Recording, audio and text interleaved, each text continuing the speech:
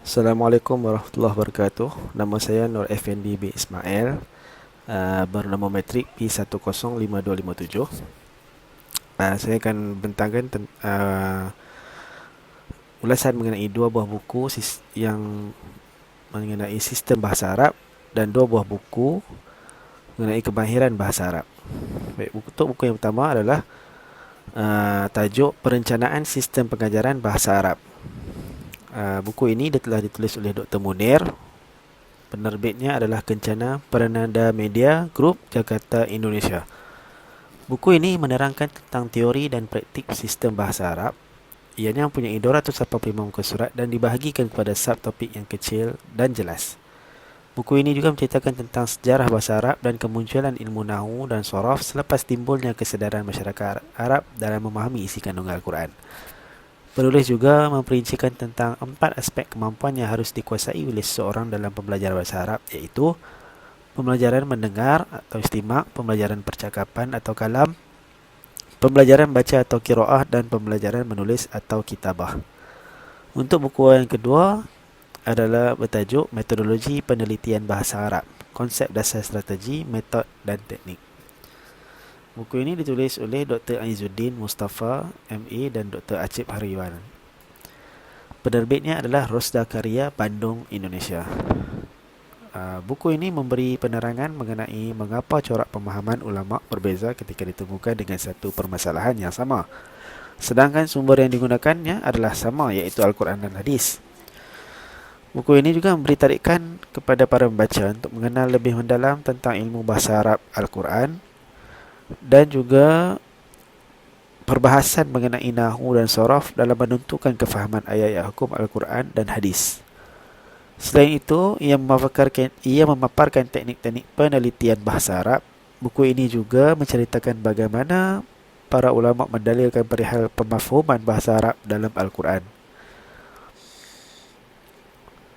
Seterusnya, untuk buku yang ketiga ialah Teori Pengajaran dan Pembelajaran Bahasa Arab di Sekolah Menengah Agama di Malaysia.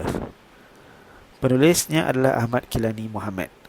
Penerbit buku ini adalah Universiti Teknologi Malaysia, Skudai, Johor. Buku ini membincangkan mengenai perihal pengajaran dan pembelajaran bahasa Arab secara khususnya. Manakala secara umum, buku ini menghuraikan sejarah pengembangan bahasa Arab, khususnya di rantau dunia Arab, teori atau kaedah pembelajaran bahasa Arab serta pembelajaran terjemahan nahu dan karangan bahasa Arab. Buku ini juga mengandungi 4 bab dan setiap bab terbahagi pada tajuk-tajuk kecil. Bab pertama fokuskan aspek kupasan berkaitan sejarah perkembangan dan pengajaran pembelajaran bahasa Arab. Bab kedua pula berjudul Pengajaran Bahasa Arab, di mana ia memperkenalkan 4 kaedah penting dalam pengajaran bahasa Arab, iaitu Al-Qawaid, Al-Mubasyarah, As-Sam'iyah dan As-Syafawiyah, dan juga Al-Intiqaiyah. Seterusnya, bab ketiga yang bertajuk Pembelajaran Nahu, Terjemahan dan Penulisan Esei Bahasa Arab.